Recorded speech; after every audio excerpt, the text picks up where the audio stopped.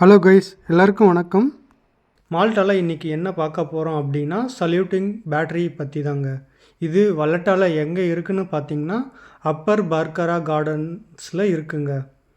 ஓகேங்களா.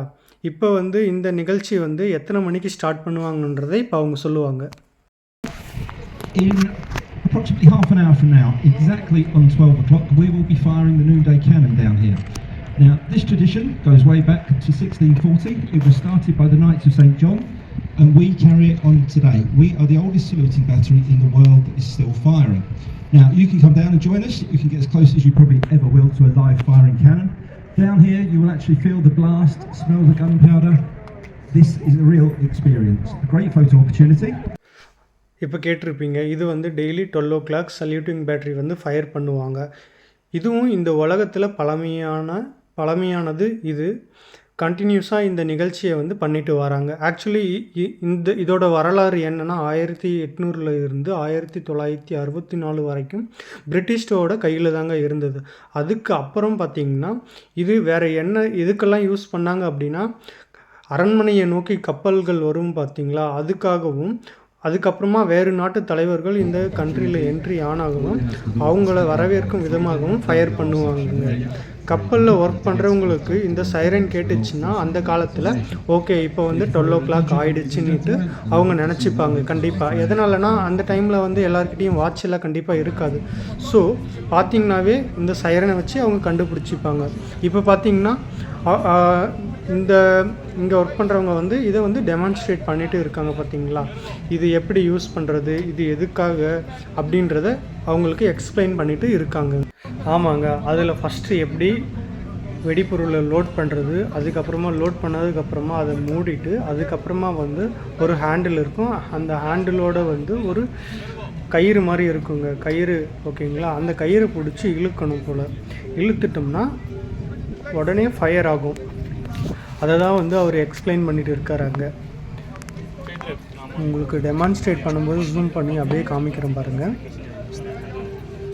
தெரியுதுங்களா? அந்த ஹேண்டிலை வச்சு தான் அப்படியே உள்ளே இன்சர்ட் பண்ணணுன்றதை சொல்கிறாங்க.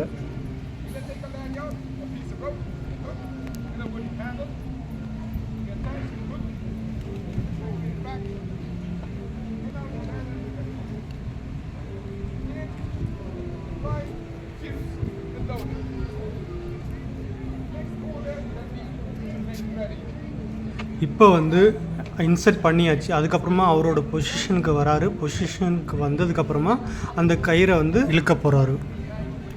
அப்படி பார்த்திங்கன்னா உங்களுக்கு தெரியும், அவர் 1 2 3 அந்த மாதிரி சொல்லி அந்த கயிறை இழுக்கிறாரு. பட் அது இப்போதைக்கு வரலன்றதை பார்த்துட்டு அங்கே இருக்கிறவங்க சிரித்தாங்க. ஸோ அதுக்கப்புறமா அகைன் அதை ரீஒர்க் பண்ணி கரெக்டான பொசிஷனில் வச்சு அவர் அந்த கயிறை இழுத்தாருங்க.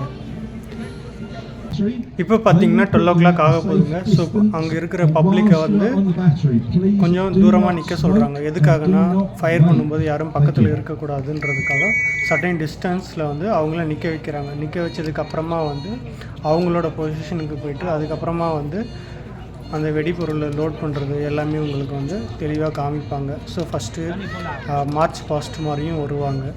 ஸோ ஒன் பை ஒன்னாக இப்போ ரெடி பண்ணிகிட்டு இருக்காங்க. ஏன்னா நேரம் நெருங்கிட்டு இருக்குதுன்றதுனால எல்லாமே செட் பண்ணி வைக்கிறாங்க.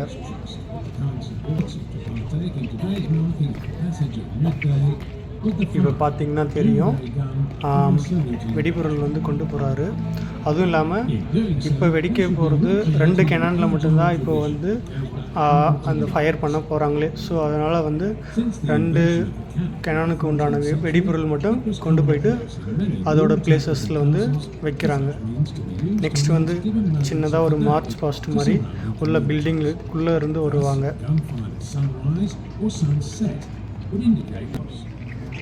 It would also signal the beginning and the end of the curfew, if this was in place. Cannon fire was used to announce the exact time. Guys, இப்போ அவர் உள்ளே போகிறாரு. உள்ளே போனதுக்கப்புறமா இப்போ மார்ச் பாஸ்ட் வருவாங்க. வந்ததுக்கப்புறமா அவங்களோட பொசிஷனில் நிற்குவாங்க. நின்னதுக்கப்புறமா அதை ஓப்பன் பண்ணுவாங்க. ஓப்பன் பண்ணுறாங்க. ஓப்பன் பண்ணிவிட்டு உள்ளே எதனா இருக்கான்னு பார்க்குறாங்க. அதுக்கப்புறமா பொறுமையாக கமாண்டோக்காக ஃபாஸ்ட் பண்ணுறாங்க. இப்போ வந்து அந்த வெடிபொருளை எடுக்கிறாங்க. பொசிஷன் போயிட்டு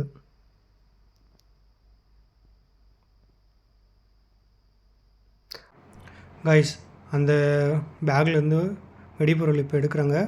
கையில் ஹோல்டு பண்ணிவிட்டு அப்படியே அவங்களோட பொசிஷன் போகிறாங்க. கடைசியாக லோட் பண்ணுறாங்க.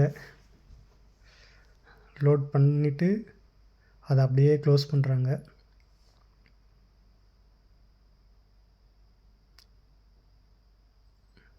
லோட் பண்ணதுக்கப்புறமா பார்த்தீங்கன்னா மேலே அங்கே பாருங்கள் குத்துறாங்க. லைக் மருந்து உள்ளே இறங்கணுன்றதுக்கா இல்லை வந்து அந்த ஹேண்டில் வந்து கரெக்டாக ஃபிட் ஆகணுன்றதுக்கா அப்படின்னு நினைக்கிறேன். இப்போ அந்த ஹேண்டில் ப்ளஸ் ரோப்பையும் இன்சர்ட் பண்ணுவாங்க. அந்த ஹேண்டில் இது பண்ணிவிட்டு ரோப்பை வந்து கையில் பிடிச்சிட்டு அதுக்கப்புறமா வந்து அதை இழுப்பாங்க. இழுத்ததுக்கப்புறமா தான் அது ஹிட் ஆகும்.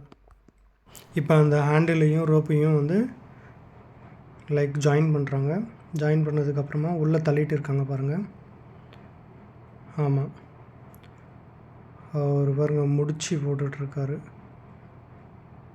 ஒருத்தர் ரெடி ஆகிட்டார். இன்னொருத்தர் வந்து காய்ஸ் இப்போ வெடிக்க போது பார்த்துட்டே இருங்க.